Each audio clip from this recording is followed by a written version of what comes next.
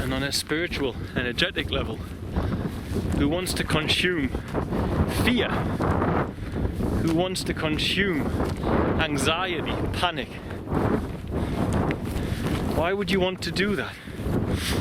You know, if you look at the work done on water, when you expose water to emotions, the different forms it takes under a microscope when flash frozen, what state do you think the water in those living beings is going to be in when you're killing it? That in turn is going to poison the water in your body. Weapons always close to end, for he has seen too much hatred. Only weapon that he chooses is love, universal call, now for justice.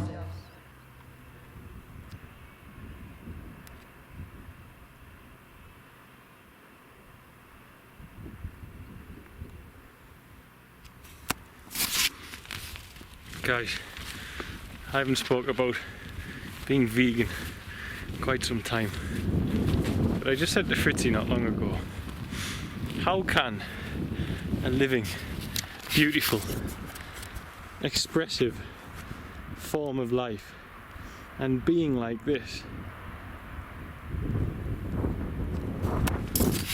be ended for the sake of an unconscious few chews in somebody's mouth? Because most of the time people are not eating consciously, they don't even particularly enjoy what they're having, so they just eat it. And they ended something that was feeling the wind, that was smelling the air, that was tasting the food that God has created for it. And it is ended for what? So people can unconsciously choose something and then unconsciously use that fuel to perhaps, not all, but for many, to perhaps just watch TV or something like this. This is, well, it doesn't take a genius to work out that that's not fair. So, oh, and I'm often met with something when I say that, and that is, what about those who eat it with gratitude? Well, if someone took your one chance, after all these hundreds of thousands of millions of years, your one chance at expressing life as you, that you are today, they took it, would you be cool with it if they were grateful for the fact that you let them take your life? Or would you be wholeheartedly annoyed that someone had ended your one chance at expressing life as you for the sake of taste, habit? And I'm excluding indigenous tribes that I work with in Tanzania who do it for survival, because in the West it's not about survival. But to add to this idea of giving gratitude for that which you kill, Fritzy has just said it's not like the animals have any choice in offering their lives as a sacrifice, because they are not. They are killed in a state of panic, in a state of fear. And we know what it's like to be scared. It's not nice. We know what it's like to be anxious, to panic.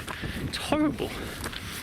So to be killed in that state, in that energy, is a terrible thing.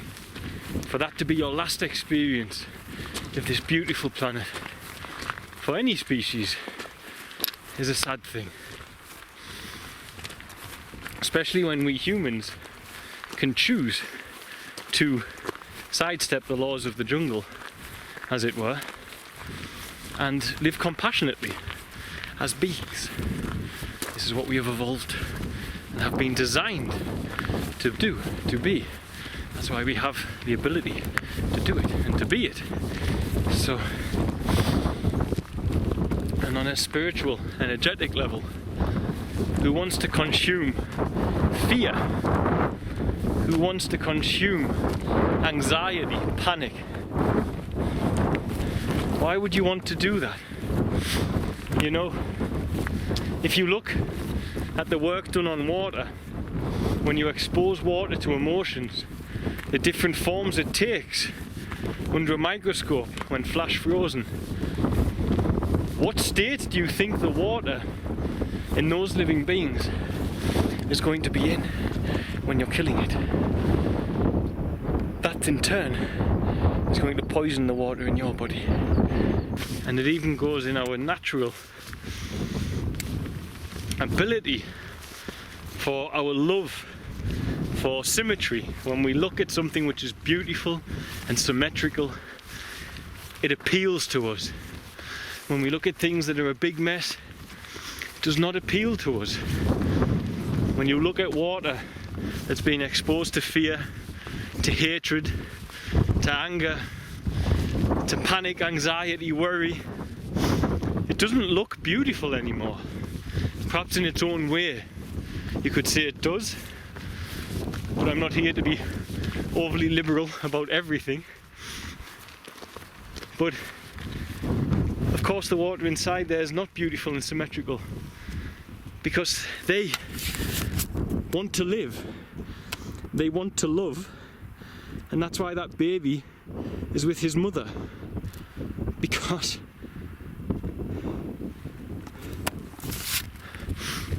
they're just like us. They have an emotional body of feeling.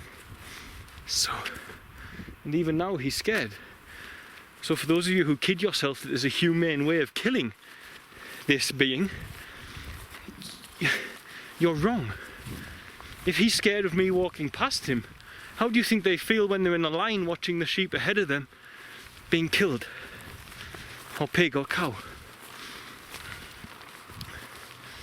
So, speciesism is an ism little spoken of in politics, because politicians are terrified to rock the boat and to scare away their voters.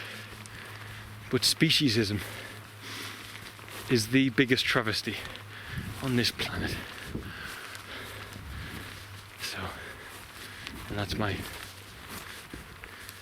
vegan rant over for my day. Much love, guys.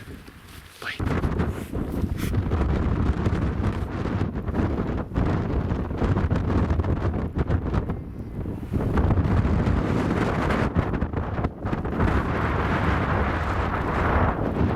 Fritzy.